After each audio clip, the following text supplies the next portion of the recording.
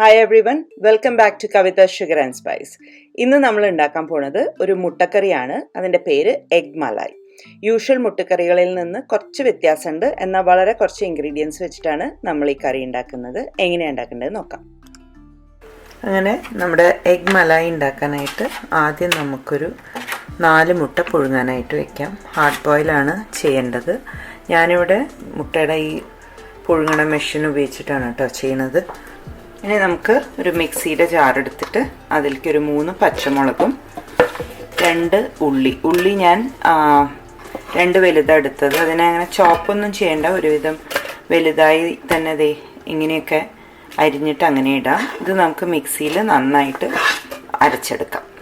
അങ്ങനെ ഒരു പാൻ ഇവിടെ അടുപ്പത്ത് വെച്ച് ചൂടാക്കി അതിലേക്ക് ഒരു ടേബിൾ സ്പൂണോളം എണ്ണ ഒഴിച്ച് അതിലേക്ക് ഞാൻ ഇവിടെ ജിഞ്ചർ ഗാർലിക് പേസ്റ്റ് അരച്ചിട്ടുണ്ട്.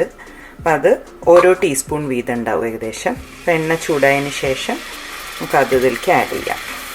എന്നിട്ട് ആദ്യം ഇതിൻ്റെ പച്ചമണം മാറുന്നവരെ ഇതിനെ നമുക്കൊന്ന് വഴറ്റിയെടുക്കണം. അതിന് ശേഷം നമുക്ക് നമ്മുടെ മിക്സിയിൽ അരച്ച ഈ പേസ്റ്റ്, ഉള്ളിയും പച്ചമുളകും കൂടിയിട്ടുള്ള ആ പേസ്റ്റും ഇതിലേക്ക് ഇട്ടിട്ട് അതൊന്ന് നന്നായിട്ട് വേവണം. ആ ഉള്ളിയുടെ പച്ചച്ചൊയൊക്കെ മാറണം. അതുവരെ നമുക്കതിനെ കുക്ക് ചെയ്യാം. ഞാനിത് കുറച്ച് നേരം അടച്ചു വെച്ചിട്ട് ലോ ഫ്ലെയിമിലിട്ടിട്ട് വേവിക്കാൻ പോവാണ്. കുറച്ച് നേരമായി ഇതിൻ്റെ വെള്ളമൊക്കെ വറ്റി ഉള്ളിയുടെ ആ മണമൊക്കെ പോയിട്ടുണ്ട്. ഇനി നമുക്ക് നമ്മുടെ ഓരോരോ മസാലകളായിട്ട് ഇതിലേക്ക് ഇട്ട് കൊടുക്കാം. 1 ടീസ്പൂൺ ജീരകത്തിൻ്റെ പൊടി, 1 ടീസ്പൂണാണ് കേട്ടോ. എല്ലാം ഓരോ ടീസ്പൂണാണ്, അപ്പം ഓർമ്മിക്കാൻ എളുപ്പമായിരിക്കും. 1 ടീസ്പൂൺ മല്ലിപ്പൊടി, 1 ടീസ്പൂൺ ഗരം മസാല പൊടി, പിന്നെ 1 ടീസ്പൂൺ കുരുമുളക് പൊടി. അത് നിങ്ങൾക്കിപ്പം കുട്ടികളൊക്കെ കഴിക്കുന്നുണ്ട്, എരിവ് കൂടുതലായി തോന്നുകയാണെങ്കിൽ അത് കുറയ്ക്കാം. പൊതുവേ എരിവ് കുറഞ്ഞൊരു കറിയാണിത്. നമ്മൾ ആകെ 2 പച്ചമുളകേ ഇട്ടിട്ടുള്ളൂ.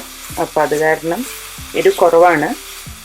അപ്പോൾ നിങ്ങൾക്ക് പെപ്പറിൻ്റെ എരിവ്, കുരുമുളകിൻ്റെ എരിവ് അതനുസരിച്ചിട്ട് അഡ്ജസ്റ്റ് ചെയ്യാവുന്നതാണ്. എന്നിട്ട് നമുക്ക് ഇതിലേക്ക് ഒരു 1/2 കപ്പ് വെള്ളം, ഞാൻ ആ മിക്സി കഴുകിയ വെള്ളമാണ് ഒഴിച്ചിരിക്കുന്നത്. മസാലയുടെ ഒന്ന് നന്നായിട്ടൊന്ന് കുക്കാവാനായിട്ടാണിത്. നിങ്ങൾക്ക് ആ വെള്ളം തികഞ്ഞിട്ടില്ല എന്ന് തോന്നുകയാണെങ്കിൽ കുറച്ചും കൂടി ഒഴിച്ചു കൊടുക്കാം കേട്ടോ. അതൊന്ന് കുക്കാവണം, അതാണ് നമ്മുടെ ഉദ്ദേശം. ഇങ്ങനെ ഇളക്കിക്കൊണ്ടിരിക്കണം, അടി പിടിക്കരുത്. ഇപ്പോൾ മസാല നന്നായി വെന്തു. ഇതിലിങ്ങനെ ബബിൾസ് വന്ന് തുടങ്ങുമ്പോൾ മസാല വെന്തു എന്നർത്ഥം. എന്നിട്ട് വെള്ളമൊക്കെ വറ്റി. നമ്മളിതുവരെ ഉപ്പ് ഇട്ടുണ്ടായിരുന്നില്ല, അപ്പം ഞാൻ 1 ടീസ്പൂൺ ഉപ്പിടുന്നുണ്ട്. ഇനി തീ ഓഫാക്കിയിട്ടോ അല്ലെങ്കിൽ തീ നന്നായി കുറച്ചതിന് ശേഷം ഞാനിവിടെ 1 കപ്പ് പാല്, അതൊന്ന് ആദ്യം ഇളക്കി മിക്സ് ചെയ്യാം. ഒന്ന് വെയിറ്റ് ചെയ്തിട്ട് ആഡ് ചെയ്യാൻ പറഞ്ഞത്, ഒന്ന് മിക്സ് ആയതിൻ്റെ ശേഷം ബാക്കി ആഡ് ചെയ്യാമെന്ന് വെച്ചിട്ടാണ്. ഒരു 1/2 കപ്പും കൂടി. എന്നിട്ട് നമുക്കിത് ഒരു ലോ ഫ്ലെയിമിലിട്ടിട്ട് അടച്ചു വെച്ചിട്ട് കുക്ക് ചെയ്യാം. ഇതിനെ ശ്രദ്ധിക്കണം, 2 കാര്യങ്ങൾ: കരിഞ്ഞു പോകരുത്, പിന്നെ പതച്ച് മറിയരുത്. ഈ സമയം കൊണ്ട് നമുക്ക് മുട്ടയൊക്കെ തോടൊക്കെ പൊളിച്ച് റെഡിയാക്കാം. അങ്ങനെ ഇപ്പോൾ ഒരു 5 മിനിറ്റ് കഴിഞ്ഞു. ലോ ഫ്ലെയിമിൽ ഇത് നന്നായി കുറുകിയുണ്ട്, നന്നായി തിളച്ചു. അത് മസാലയും പാലൊക്കെ കൂടിയിട്ട് ഇപ്പോഴും ലോ ഫ്ലെയിമിൽ തന്നെ വെച്ചാൽ മതി. വേണമെങ്കിൽ കുറച്ച് കൂട്ടാം. ഞാനിവിടെ എല്ലാ മുട്ടയും തോടൊക്കെ കളഞ്ഞ് അതിനെ പകുതിയാക്കിയിട്ട് മുറിച്ചിട്ടുണ്ട്. ഇത് നമ്മൾ ഉണ്ണിയുടെ ഭാഗം തിരിച്ചിട്ട് അതിലേക്ക് വെച്ച് കൊടുക്കുക. എന്നിട്ട് നമുക്കത് അടച്ചു വെച്ചൊരു 4 മിനിറ്റ് കുക്ക് ചെയ്തെടുക്കാം. ഇതൊരു 4 മിനിറ്റായി. നമ്മുടെ മസാലയൊക്കെ നല്ലോണം കുറുകിയുണ്ട്. നമുക്കിതിനെ ഇനി തിരിച്ചിടാം. മുട്ടയെ ഉണ്ണിയൊന്നും വിട്ടു പോയിട്ടൊന്നുമില്ല, കണ്ടില്ലേ. അതിന് ശേഷം നമ്മളിതിലേക്ക് മല്ലിയില ആഡ് ചെയ്യും. അപ്പോൾ മല്ലിയില അത്യാവശ്യം നന്നായിട്ട് വേണം. ഈ കറിക്കൊരു ലൈറ്റ് ഗ്രീൻ പോലത്തെ ഒരു കളറാണ്. അപ്പോൾ അത് ഇപ്പോൾ ഒരു വെള്ള പോലെയാണല്ലോ. ഇനിയിപ്പോൾ അതിനെ ലൈറ്റ് ഗ്രീൻ ആക്കാനുള്ള മല്ലിയില. അപ്പം ഞാനിവിടെ ഒരു പിടി അതിനെ ഞാൻ പൊടിയായി അരിഞ്ഞു.